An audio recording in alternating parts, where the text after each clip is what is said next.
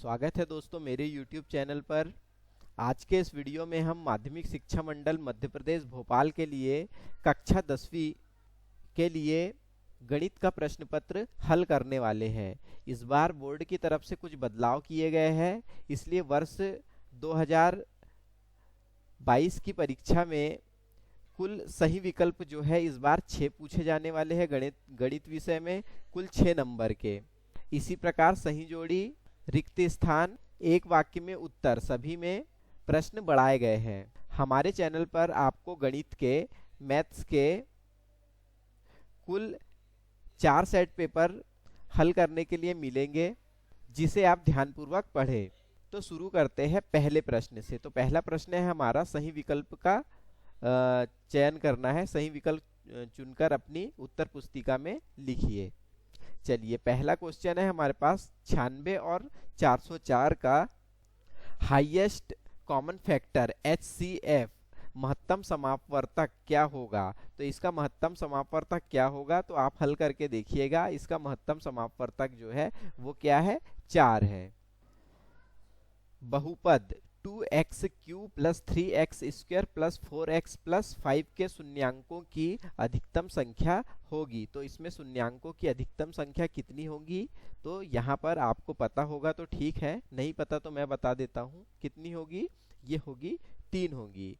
तीसरा क्वेश्चन है हमारे पास में, जब a1/a2 इक्वल टू b1/b2 बराबर नहीं है, बराबर नहीं है, जब ऐसा बराबर के चिन्ह में ऐसा तिरछा इसे काट दिया जाता है तो बराबर नहीं है, इसका मतलब c1/c2 हो, तो समीकरण निकाय a1x plus b1y plus c1 equal to 0 तथा a2x प्लस b2y और c2 इक्वल टू 0 होता है, तो इस निकाय का क्या होगा।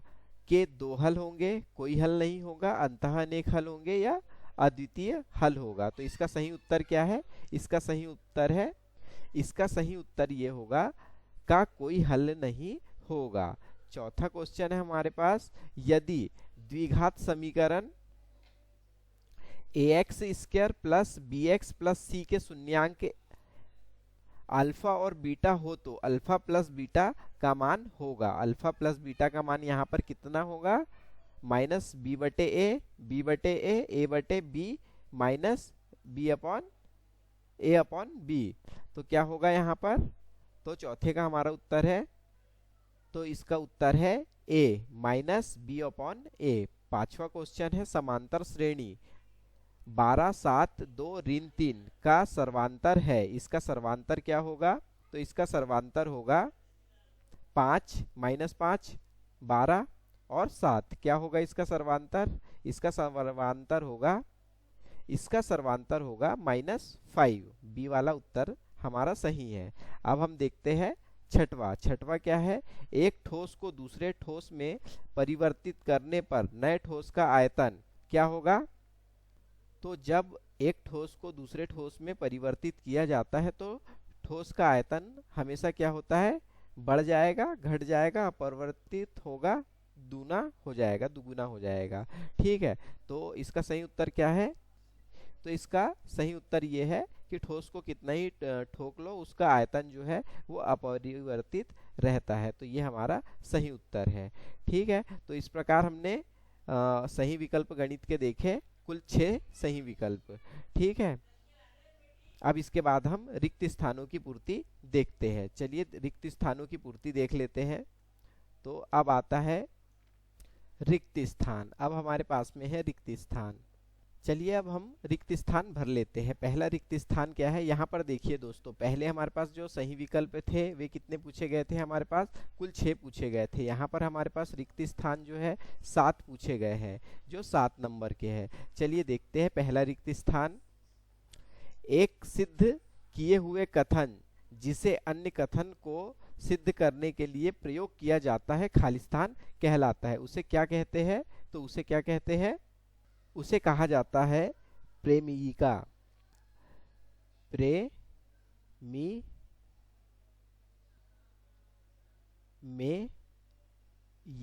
प्रेमिका कहा जाता है।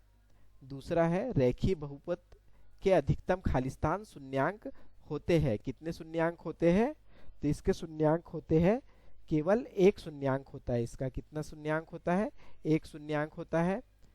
तीसरा है किसी वर्ग द्विघात समीकरण में अधिकतम खाली स्थान मूल हो सकते हैं। कितने मूल हो सकते हैं? तो इसमें मूल हो सकते हैं केवल 2 मूल हो सकते हैं। अधिकतम कितने मूल हो सकते हैं? तो अधिकतम 2 मूल हो सकते हैं इसमें। चौथा क्वेश्चन है हमारा सभी वर्ग खाली स्थान होते हैं। सभी वर्ग क्या होते हैं? सभी वर्ग सदैव समरूप होते हैं। कैसे होते हैं? समरूप होते हैं। सभी वर्ग सदैव समरूप होते हैं।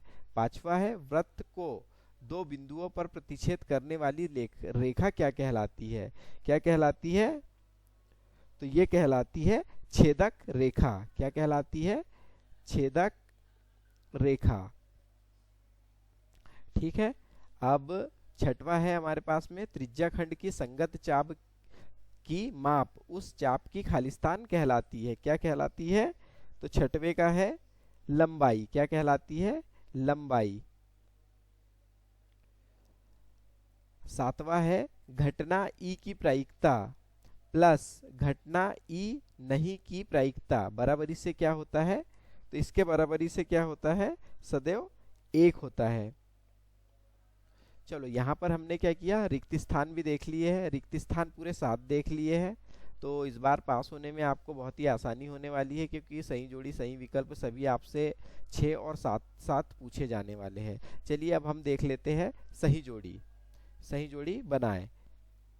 अब यहाँ हम सही जोड़ी देख लेते हैं। तो tan थीटा सबसे पहले का क्या हो जाएगा? tan थीटा बराबरी से क्या होता है? तो tan थीटा बराबरी से होता है, तो इसका हो जाएगा sine theta upon cos theta. tan theta बराबरी से क्या होता है? साइन अपॉन कॉस होता है। 1 प्लस कॉस स्क्वायर थीटा इसके बराबरी से क्या होता है? तो ये होता है cosec square theta. 1 plus cot square theta बराबरी से कॉसेक स्क्वायर थीटा होता है। Cos 90 minus theta, cos 90 minus theta बराबरी से क्या होता है? तो ये होता है sine theta. Cos 60 degree, cos 60 degree equal to क्या होता है? तो कॉस 60 डिग्री होता है 1/2 cos square theta plus sine square theta plus cos square theta बराबरी से क्या होता है? तो इसके बराबरी से होता है 1 होता है। ठीक है। साइन 0 डिग्री का मान क्या होता है? 0 होता है। तो यहाँ पर हमारी जो 6 है सही जोड़ी भी कंप्लीट हो गई, जो 6 नंबर की थी। चलिए आगे देखते हैं। अब हम यहाँ पर एक वाक्य में उत्तर देख लेते हैं। एक वाक्य में उत्तर लिखिए। पहला है, यहाँ पर भी हमसे 7 एक वाक्य में उत्तर पूछे गए हैं। यदि a equal to B upon Q तो a और b में क्या संबंध है? a और b में क्या संबंध है? क्या संबंध होगा इसमें? तो पहले का उत्तर हो जाएगा हमारा, क्या हो जाएगा? यहाँ पर b a का क्या है? गुणनखंड। यहाँ पर क्या है? b a का गुणनखंड है।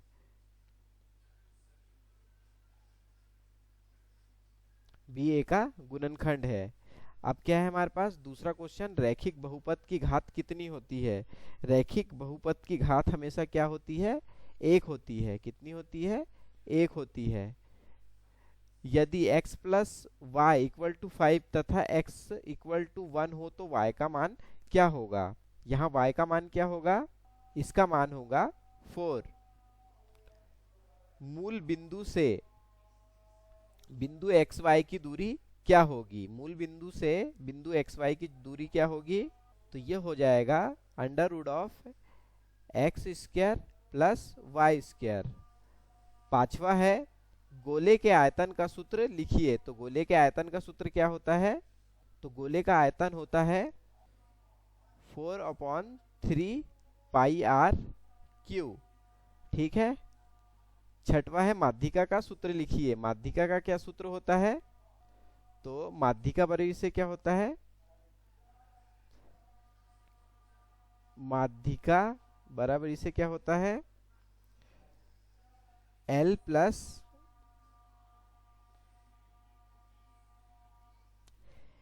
n अपॉन 2 माइनस CF, ठीक है। पूरे के बट्टे में क्या रहेगा, F, बड़ा कोष्टक बंद, इंटू H, ये माध्यिका का सूत्र होता है। सातवां, असंभव घटना की प्रायिकता होगी, सदैव असंभव घटना की प्रायिकता क्या होती है, सदैव होती है 0। यहाँ पर हमारे 7 सही भी एक वाक्य में उत्तर भी हो गए। चलिए अब हम देख लेते हैं सत्य असत्य, ठीक है। 5वां क्वेश्चन है हमारे पास सत्य असत्य। सत्य असत्य हमसे 6 पूछे गए हैं, 6 नंबर के हैं। चलिए अब हम देख लेते हैं सत्य असत्य। अब हमारे पास है सत्य असत्य। तो सबसे पहले पहला वाला देखते हैं, समांतर श्रेणी 10 5, खाली स्थान का अगला पद शून्य होगा। इसका अगला पद शून्य होगा क्या, तो पहला वाला क्या हो जाएगा, सत्य हो जाएगा। समांतर श्रेणी का अगर श्रेणी 10 5 इस टाइप से बढ़ रही है तो अगला पद क्या होगा, शून्य होगा क्या, सत्य है, हाँ ये सही है।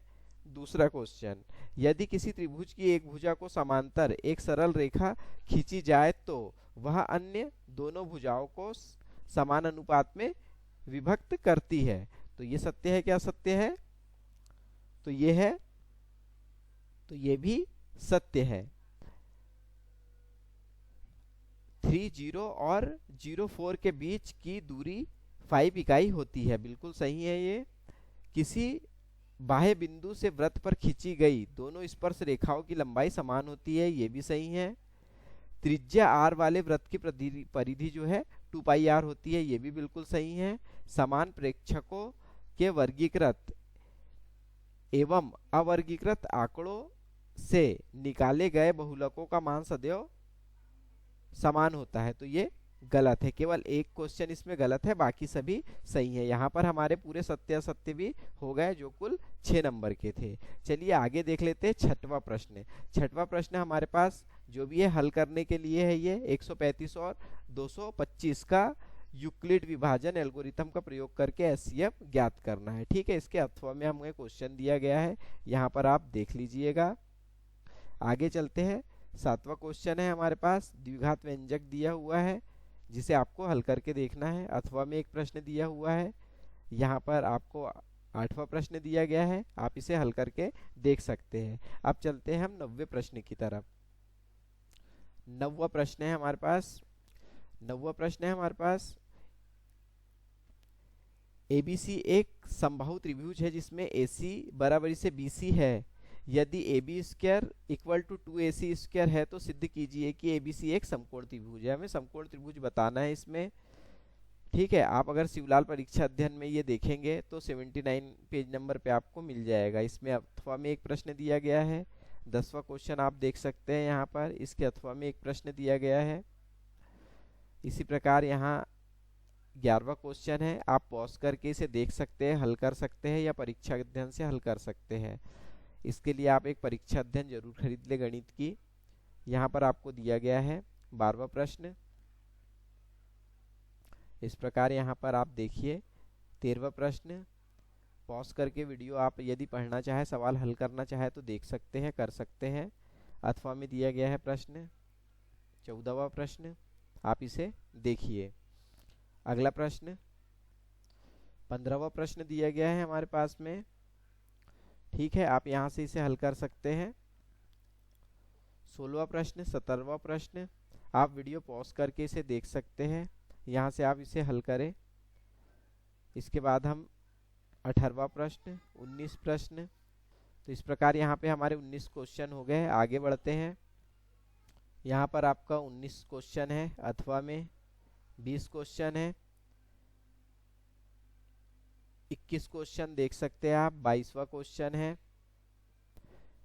23 क्वेश्चन है। 23 क्वेश्चन का आपको एक और अथवा क्वेश्चन पूछा जाएगा, ठीक है। तो आप यहाँ पर पूरे अपने 23 क्वेश्चन पूछे जाएंगे, कंप्लीट हो गए हैं। आपको ऐसे ही ये कितना दूसरा सेट पेपर है, ये सेट पेपर दूसरा है, पहला इससे पहले हमने अपलोड किया है, देख सकते हैं आप। डिस्क्रिप्शन में आपको लिंक मिल जाएगी। आपको इसी प्रकार कक्षा 10वीं के सभी विषयों के पेपर का हल आपको हमारे YouTube चैनल पर मिल जाएंगे, जिसकी लिंक हमने डिस्क्रिप्शन बॉक्स में दी हुई है। ऐसे ही और वीडियो के लिए हमारे चैनल को सब्सक्राइब कीजिए, वीडियो को लाइक ज़रूर कीजिए। वीडियो देखने के लिए धन्यवाद।